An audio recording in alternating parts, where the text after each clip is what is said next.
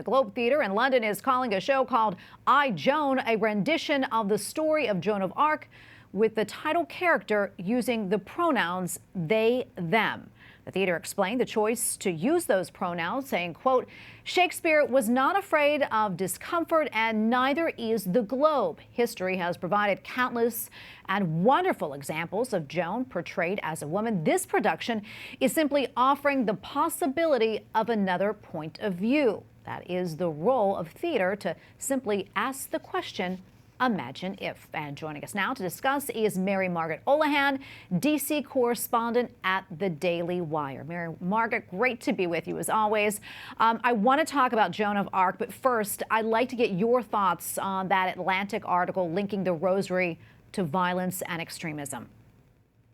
Well, it's insane. You know, in the span of a week, we've seen two different pieces from the Atlantic trying to paint pro-lifers and Christians as these radicals, pro-lifers, Catholics, and Christians as these radicals who want these radical things, when at the end of the day, the things that the Atlantic appears to be upset about is that these pro-lifers and Catholics want to save babies.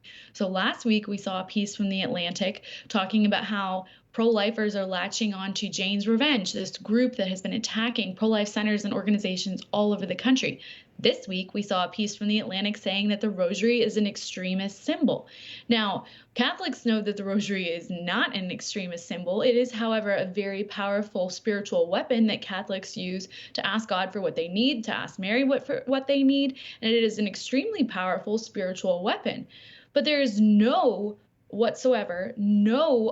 far-right, radical, white supremacist connotations to this whatsoever. And to suggest that it is frankly anti-Catholic bigotry. And we've been hearing a lot of this type of thing. You know, we've seen Amy Coney Barrett attacked for her Catholic faith.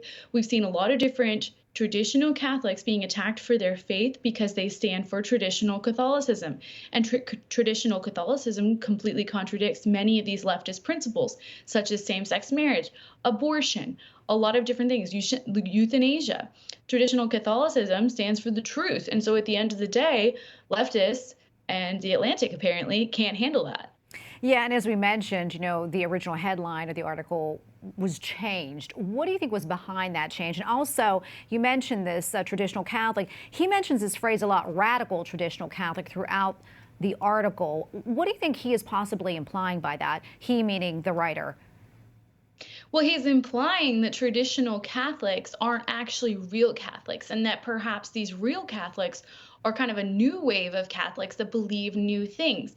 And I wouldn't be surprised at all if this progressive Catholics for Choice group had something to do with these types of pieces, because this is part of a very, very purposeful campaign to change Catholicism and to help American Catholics think that Catholicism changes. But we know for a fact that Catholicism does not change. The truth doesn't change. Since the beginning of the Catholic Church, the same precepts have been there. Catholicism and truth does not change, however much an insignificant Atlantic writer might want it to. Okay, now I want to move on to this Joan of Arc being portrayed as a character that doesn't identify as a woman. Margaret, your reaction to that, and how does that impact the story being told? Well, it's outrageous. I mean, Joan of Arc is my favorite saint. I wear her medal every single day. She's my confirmation saint. I love her because she really embodies true womanhood. She channeled her femininity to use for heroism. And she led the French army against the English as a woman in a time when women didn't even wear pants, much less ride horses into battle and lead an army against the English. And her story is true. It's not some fictional tale of heroism. And it's one of the earliest stories of female courage and victory that we have. And yet this theater group seems to think that they can take this amazing, powerful story of Catholic femininity and courage and turn it to fit their ideological purposes. Well, I mean, there's been a lot of backlash to that because a lot of people love St. Joan. A lot of people admire her bravery and her femininity and her courage. And this weaponizing of her story for ideological purposes, and frankly, it reeks of the same anti-Catholic sentiment that we were just talking about before. Why are all these really beautiful things like the rosary and St. Joan of Arc being weaponized in this way? It begs the question of who wants to be kind of corrupting these things and changing them to fit their ideological purposes. Yeah, disturbing and great question right there, Margaret. Before I let you go, we have a little less than a minute left. Any final thoughts?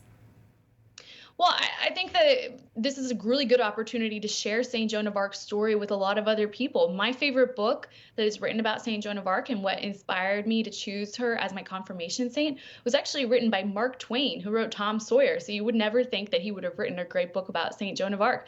But he did, in fact, and it's an amazing story that kind of travels along with her and tells her story of how she was called by God to lead the French and how she went, and she was ultimately burned at the stake under false heresy charges for doing what God told her to do. And so she's not only a hero, she's a martyr of the Catholic Church.